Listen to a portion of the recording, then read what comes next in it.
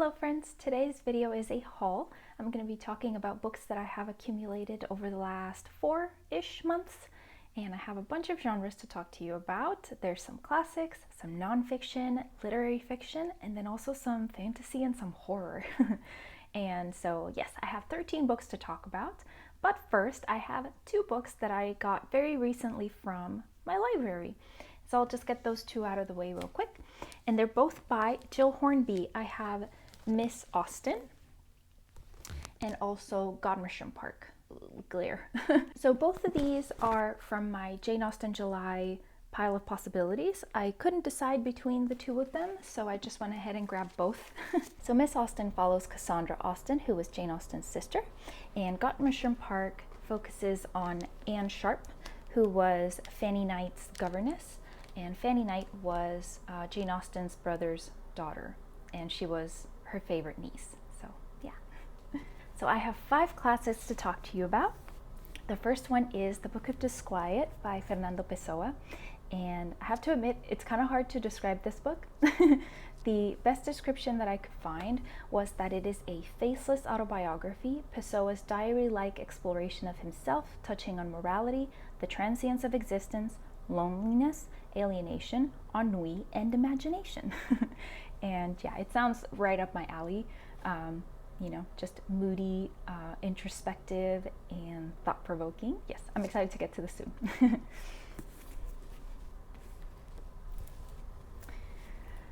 And the next one is a new translation of The Metamorphosis by Franz Kafka. And it's translated by Susan Bernofsky, and it's got a really cool cover.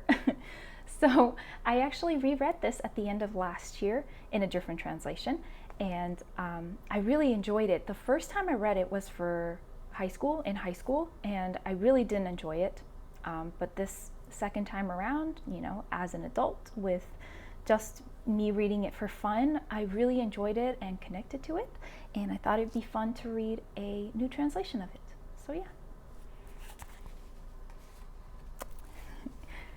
And then the next one is yet another new translation. This one is for Kappa by Ryunosuke Akutagawa, and it is translated by Lisa Hofmann-Kuroda and Allison, Markin, Powell.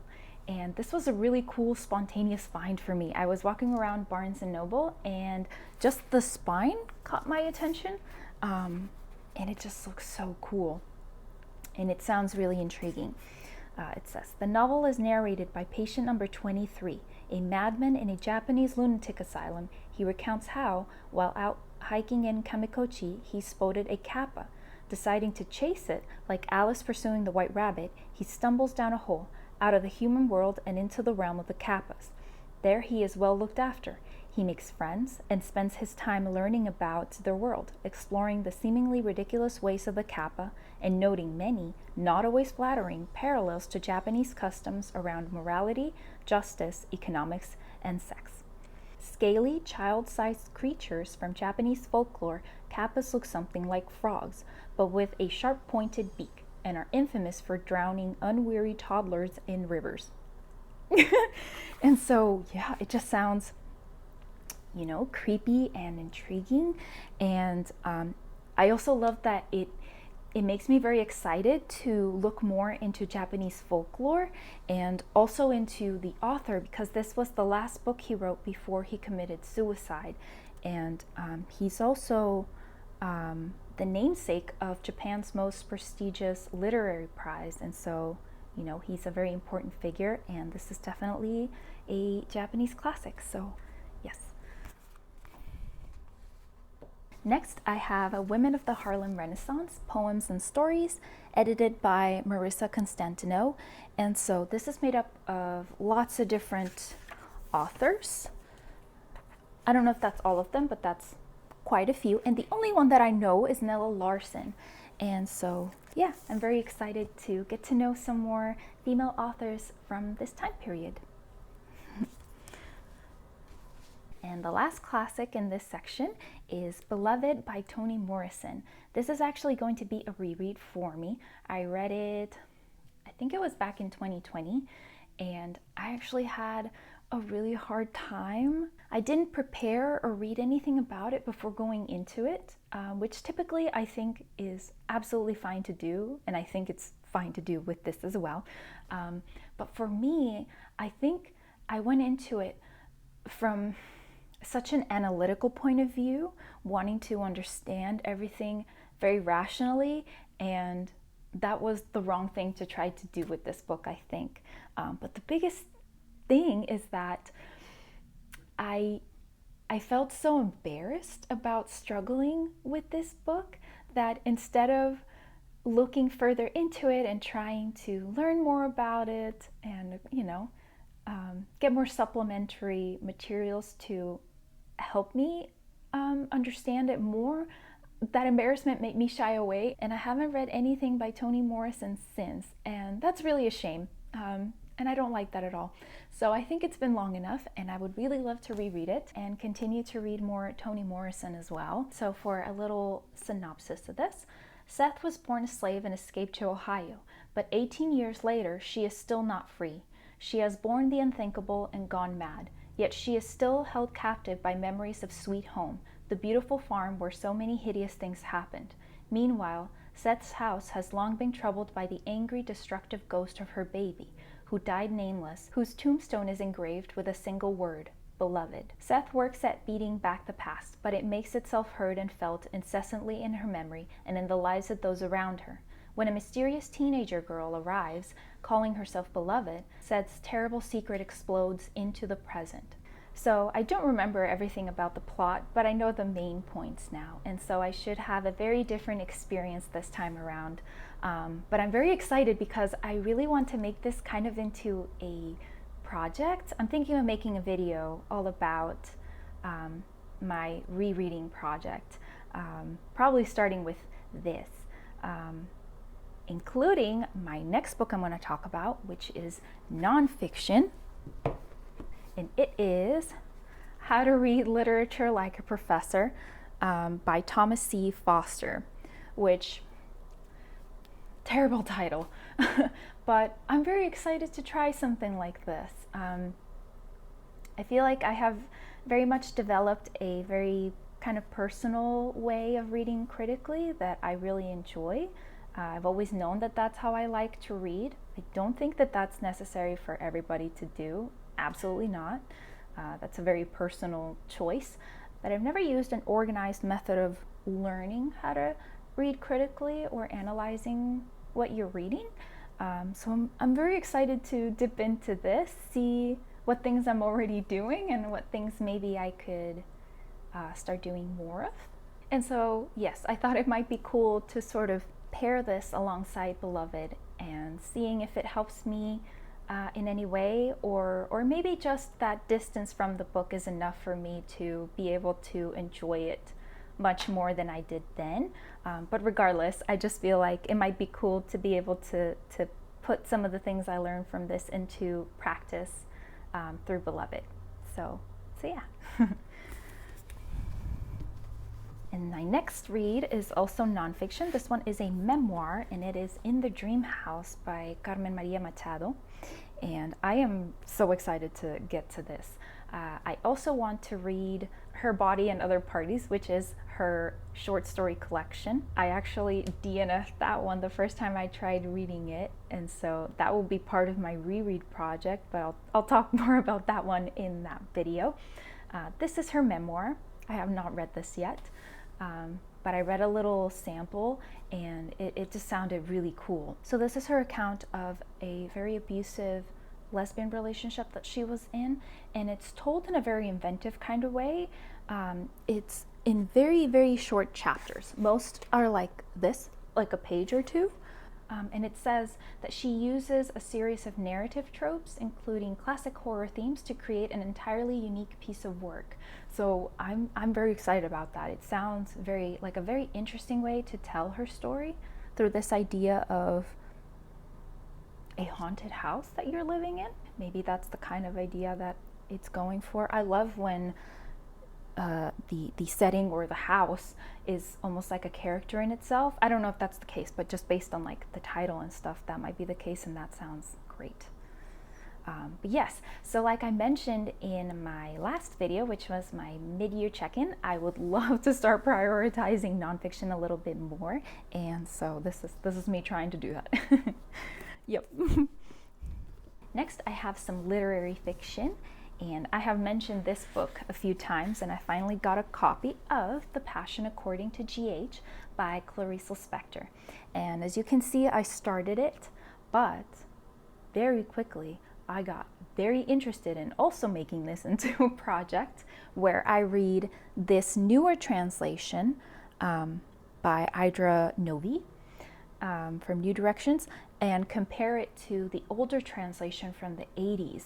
And so I ordered a used copy of the old translation, but it's going to take a little while because I believe it's coming from the UK. And so it's sort of on hold for now because I'm waiting for the other translation, and I would love to read them sort of alongside and have that experience of comparing the translations. That just sounds really interesting to me, and I would love to talk to you guys about it when I'm done doing that. But yeah, so let's see. This is a book that's very hard to describe because it's very much not about the plot. So this follows the narrator, whose name is GH. One day she is cleaning and she finds a cockroach and she tries to kill it, but she ends up only harming it. And while it's agonizing, she ends up having an existential crisis. And it's all about her processing the existential crisis. And so the tone of this is very much one of internal struggle, and it's very kind of philosophical. She is trying to explain her experience, which is something that we don't really have like proper language for. We don't have the vocabulary for it, and so it's very kind of abstract and really interesting. You really have to come at it from an analytical point of view in order to try to understand what she is talking about, but then any kind of takeaway from it has to be from a feeling point of view. And so it's really fascinating and kind of fun in a very thinky, feely kind of way. So yeah, I'm very intrigued by it. I'm very excited to get my copy of the older translation so that I can continue on with my project for this. And the next one is another literary fiction, and it's Pond by Claire Louise Bennett. I've already read this one and enjoyed it, so I just wanted a physical copy for my shelves. And yeah, so this one has kind of an unconventional narrative. It follows a nameless main character, a young woman living in a cottage in Ireland, and it follows kind of everyday occurrences in her life, and through those we get to know her a bit more as a character. So this really revels in everyday details, thoughts and observations, a moment where your whole attention is taken up by a specific thing and you really concentrate on it, and then it's just kind of gone and you're on to the next thing. I feel like everyday moments are very much like that. So I enjoyed that kind of everyday contemplative tone that it had. Next, I have some genre fiction. I'm going to start with 2 horror books, and the first one is Lapvona by Tessa Moshfegh, and I believe this is medieval horror, but I mentioned in my mid-year check-in that I really enjoyed Eileen by Tessa Moshfegh, and so I was excited to maybe try something else by her. I've also read My Year of Rest and Relaxation, and I did not enjoy that when I read it. But Tessa Moshfegh is so varied genre-wise that I feel like just because one book didn't work for you doesn't mean that another of hers might not. And I also very recently read Between Two Fires by Christopher Buehlman, and that one is also medieval horror, and so that makes me excited to see what she does with that genre. And it says, in a village buffeted by natural disasters, a motherless shepherd boy finds himself part of a power struggle that puts the community's face to a savage test, in a spellbinding novel that represents a Tessa Moshfegh's most exciting leap yet. So yes, that sounds really intriguing to me. So that's enough for me to feel very excited to check it out. And the next horror book I have is Ghosts by Edith Wharton, which I was so surprised to learn that she wrote ghost stories. How cool is that? I think some of these are kind of gothic leaning, which I love. Yeah, so I'm so excited to try them, but I love that she wrote these. These 11 spine-tingling tales of the supernatural bring to light the author's interest in the traditional New England ghost story and her fascination with spirits, hauntings, and other phenomena. In The Lady's Maid's Bell, the earliest tale included here, a servant's dedication to her mistress continues from beyond the grave. And in All Souls, the last story Wharton wrote, an elderly woman treads the permeable line between life and the hereafter. In all her writing, Wharton's great gift was to mercilessly illuminate the motives of men and women, and her ghost stories never stray from the preoccupations of the living, using the supernatural to investigate such worldly matters as violence within marriage, the horrors of aging, the rot at the root of new fortunes, the darkness that stares back from the abyss of one's own soul. That all sounds amazing. So yeah, I am very excited to get to these. And last but not least, I have 2 fantasy books, which is very new for me to delve into. And I'm starting my journey with 2 books that have been on my radar for quite a while, and I'm finally ready to give them a try. So the first one is Daughter of the Forest by Juliette Marillier. And this is, I think this is YA, but I sampled it before I ordered it, and I really enjoyed the writing. So the synopsis says, lovely Sorcha is the 7th child and only daughter of Lord Cullum of Seven Waters. Bereft of a mother, she is comforted by her 6 brothers who love and protect her. Sorcha is the light in their lives. They are determined that she know only contentment. But Sorcha's joy is shattered when her father is bewitched by his new wife, an evil enchantress who binds her brothers with a terrible spell, a spell which only Sorcha can lift, by staying silent. If she speaks before she completes the quest set to her by the fair folk and their queen, the Lady of the Forest, she will lose her brothers forever. When Sorcha is kidnapped by the enemies of Seven Waters and taken to a foreign land, she is torn between the desire to save her beloved brothers and a love that comes only once. Sorcha despairs at being able to complete her task, but the magic of the fair folk knows no boundaries, and love is the strongest magic of them all. And so yeah, so that sounds super good. And the last book is one that I am so excited about because I have been thinking about trying it for so long, and so many people that I follow on Goodreads love this. So yeah, I need to finally get to it, and it is Assassin's Apprentice by Robin Hobb. And this is also her debut, so it's a great place to start, I think. In a faraway land where members of the royal family are named for the virtues they embody, one young boy will become a walking enigma. Born on the wrong side of the sheets, Fitz, son of chivalry Farseer, is a royal bastard cast out into the world, friendless and lonely. Only his magical link with animals, the old art known as the wit, gives him solace and companionship.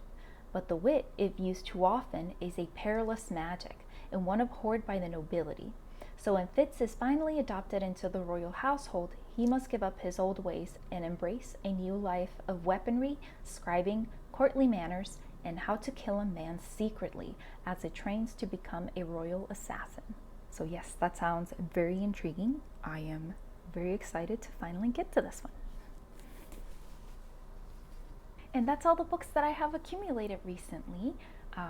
Yeah, if you have read any of them or if you have any thoughts on them, please let me know. And then also, if you have any fantasy recommendations for me, please let me know. I would really appreciate your suggestions. And yeah, that's it. Thank you so much for watching, and I'll see you next time. Bye.